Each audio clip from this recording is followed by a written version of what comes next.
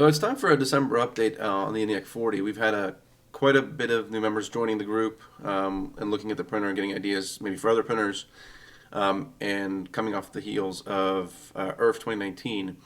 So I just want to take some time just to go over a couple of things. We'll start with what is the ENIAC 40, what's the state right now of the ENIAC, and what are some things that need to what are things that may still need to be fixed in the ENIAC 40, and then what's next for the printer as a whole. And then just some special shout outs to some of the products that have made it work really well. So let's start off with what is the ENIAC 40. The ENIAC 40, for those of you new to the group, is a large format Core XY. The goal was to have a 40 by 40 by 40 printer, and it was named after the ENIAC, which is the first naval supercomputer in the 1940s. So again, a 40 by 40 by 40 Core XY, and that was the goal that was started almost 2 years ago now. And so when we first started the project, myself, Colin, and then with Bill and Mark jumping in later, the goal was really to keep the cost low, but still keep quality where it needed to be, still keep print quality strong where it needed to be, and really only invest in the components that made sense to invest money in. So, where can you get away with using cheap parts versus where you should spend money on better parts, and doing lots of testing to do that. We did start off the ENIAC 40 using parts from various printers, including all the Prusa clones, even some parts off the original Prusa that were posted out there. A lot of the parts were based off of the Vulcanus Max that was built out there, as well as then the Vulcanus, and then the original Vulcanus Max that was built. And then a lot of parts were redesigned as well over time. And so today, there really is no original parts left on the ENIAC. Sorry, there's no copied or borrowed parts left from other printers. For the most part, most of the parts have all been redone.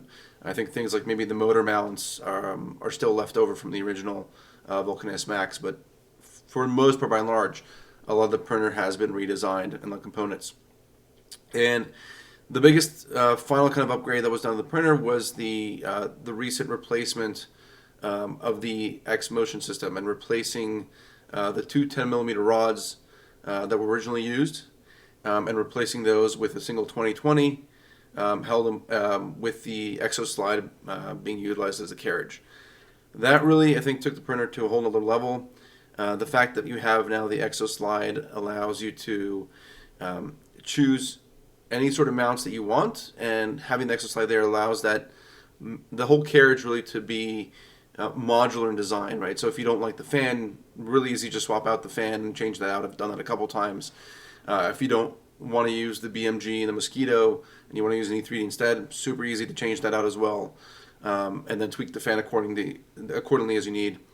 If you don't like the 50mm blower fan that's on there today, it's just 2 screws, I believe, and you take that off, replace that with whatever other fan you want, right? If you want a 40 by 40 by 10 or 40 by 40 by 20, just change that out. Same thing for the probe mount that's on there today. Again, if you don't want the probe mount, don't use it. The OnShape document does have Z-Min mounts on there that you can use. But it is sized for an 18mm, just traditional inductive probe mount, nothing fancy. But if you didn't want to replace it with a 12mm version or maybe the 5mm Pinda Pro from Prusa, you can certainly do that. If you wanted to create a mount for BL Touch, you can easily do that. Again, just 2 screws. You remove the old mount, 2 new screws, and you mount your new BL Touch mount. So really versatile mounting system with the Exo slide, and I really give Giles and his creation with the Exo slide that really allowed the ENIAC 40 to achieve this modular ability. That was one of the goals from the beginning. So with that complete, and really the Mosquito hot end, the Mosquito Magnum on there with a 0.6 nozzle for me, I really feel that the ENIAC 40 is printing as it should. Sure, speeds could always be pushed, performance could be pushed, but I'm really getting decent quality prints, acceptable prints, right? Large prints that take 3 to 4 days with a 0.6 nozzle and 0.48 layer heights, no real issues there. So the printer is printing as it was, printing good, and I don't really think that there's I think now it's at the point where any changes now are, it's questionable whether you're really getting anything beneficial for that, right? So spending time to design additional parts, better components, it's really questionable. I think it's negligible the benefits that you can get out of that.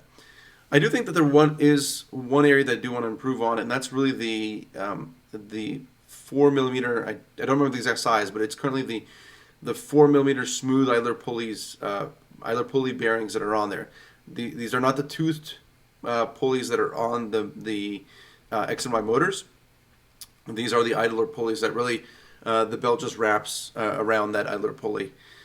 At the moment, there's a problem with them where if they are compressed by the 4 millimeter bolt that holds them in place, they actually seize, and then that's not good because then now you have the belt rubbing up against that surface. Just not a good experience at all. So at the moment, that idler pulley has to remain just slightly loose. I don't think it's affecting the print quality in any negative way, but it's not ideal, right? You don't really want any loose parts on there. So that's still something that bugs me a little bit, and the challenge really is either you go up to 5 millimeter or you drop down to 3. I don't think 3 is the size of the belts that we use and the size of the printer. I don't believe that a 3 millimeter idler pulley with a 3 millimeter bolt is really ideal. I really would like to stay at the 4 millimeter or even possibly go to a 5 millimeter. So again, if we were to change out to that 5 millimeter bolt, really not a big deal. That would just change the end caps that hold that 2020 in place, and then we could switch to the 5 millimeter belts and pulleys there. So again, that's really all that's left to change. There are some more cosmetic things eventually that I want to do. I would like to have the acrylic panels on there. At the moment, I just have some clear plastic the green printed plastic panels, which again can be printed on the ENIAC 40. They're designed for that. That cover the whole printer around the bottom as well as the base. But I would like to get some bigger clear panels, which right now again I'm just using plexiglass panels that I hand cut. But I would like to do it properly with acrylic panels all around the printer. Do some edge lighting on those acrylic panels. Get some big part cooling fans for, again, not layer fans, but fans to cool down the part after it's done printing. Just again, small cosmetic stuff like that. Maybe more some RGB LEDs to indicate print status. But all this is just cosmetic. Just makes the printer look nicer, makes it a little more aesthetic to use, but does not affect print quality at all. So that's really where I'm at today.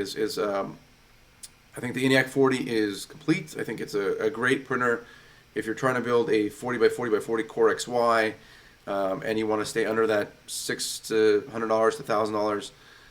Now again, you might be thinking that's a lot of money for a large Core XY. It is, compared to the Chinese Core XYs that are out there, or the Creality style i3 printers that are out there, which come in at about, I think, $400 to $600. However, this is a printer that you're building from scratch. You're building the parts. Who knows? It was $600 a year and a half ago. Maybe that price has dropped down today. So I think, again, still a great large format printer that you could easily build. Again, keep in mind most of that cost is actually in the heated bed, and there's ways to reduce that cost even further. But I think still, for the money that you're paying and the quality that you're getting, I don't think you can get much of a better printer. Plus, again, it's the experience of building your own printer.